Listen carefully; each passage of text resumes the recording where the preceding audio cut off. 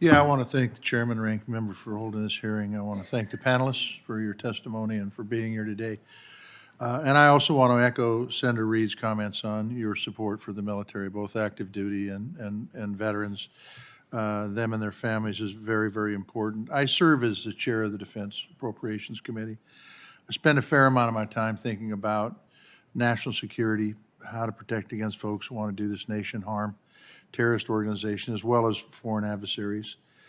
You all have responsibilities, including legal responsibilities, to make sure that you're preventing hostile governments like Iran that would like to see the U.S. not exist from financing terrorist operations and other illegal activities with funds that have gone through your institutions. So this would be a question for Mr. Gorman, and then not for any particular reason, it's just he's right in front of me.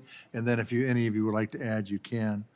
So the question is, how are you as chief executives making sure that procedures are in place and that they're followed so that your institutions do not end up inadvertently financing illicit activity?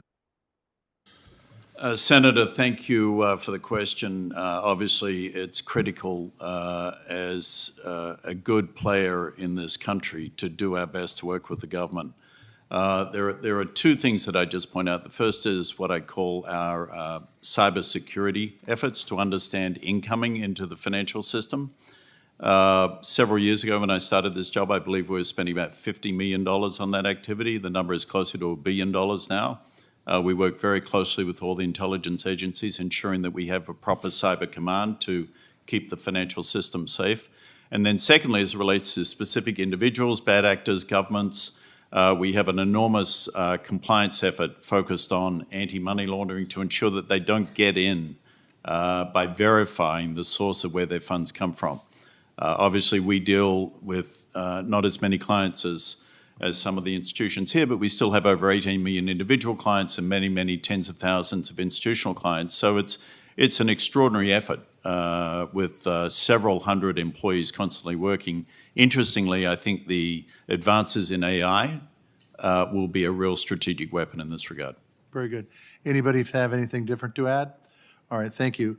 Along those same lines, on anti-money laundering protections and national security safeguards, Mr. Gorman talked about cybersecurity. Mr. Solomon, would you like to add anything in regards to anti-money laundering protections that you have? I don't have anything to add that's materially different from what Mr. Gorman stated. An enormous focus. We file thousands of SARs in the course of our compliance department's financial crime team, working every day, but no difference in that focus and the intensity of that focus. Very good. Earlier this year, Mr. Scharf, Wells paid nearly $100 million in penalties to the Fed and OFAC for violating sanctions against Iran, Syria, Sudan. I think we can all agree that's not a good thing. But what is your bank doing to make sure that these sanction violations never happen again? Sure, Senator. Preventing bad actors from abusing our services is a top priority. We have extensive systems in place that we're constantly looking to make sure that they're as complete as they possibly be. We work in industry groups, we work with the government, and we work with the regulators to make sure that we're doing everything we possibly can to prevent that abuse. Thank you. This goes to the non-banking world. Some of you have talked about the fact that, and maybe all of you have talked about the fact that this will force, Basel will force money to go outside the traditional banking system into the unregulated banking system.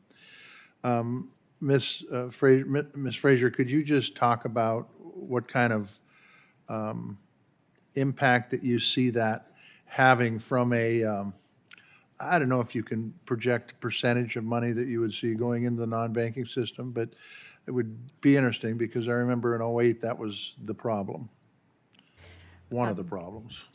Yes, Senator, we are worried about the migration of financial activities into the non-banking sector, particularly in a period where there is tremendous technological innovation, and making sure that we maintain the safeguards that we all invest billions of dollars in a year, be it anti-money laundering, be it fraud protection, be it cyber protection.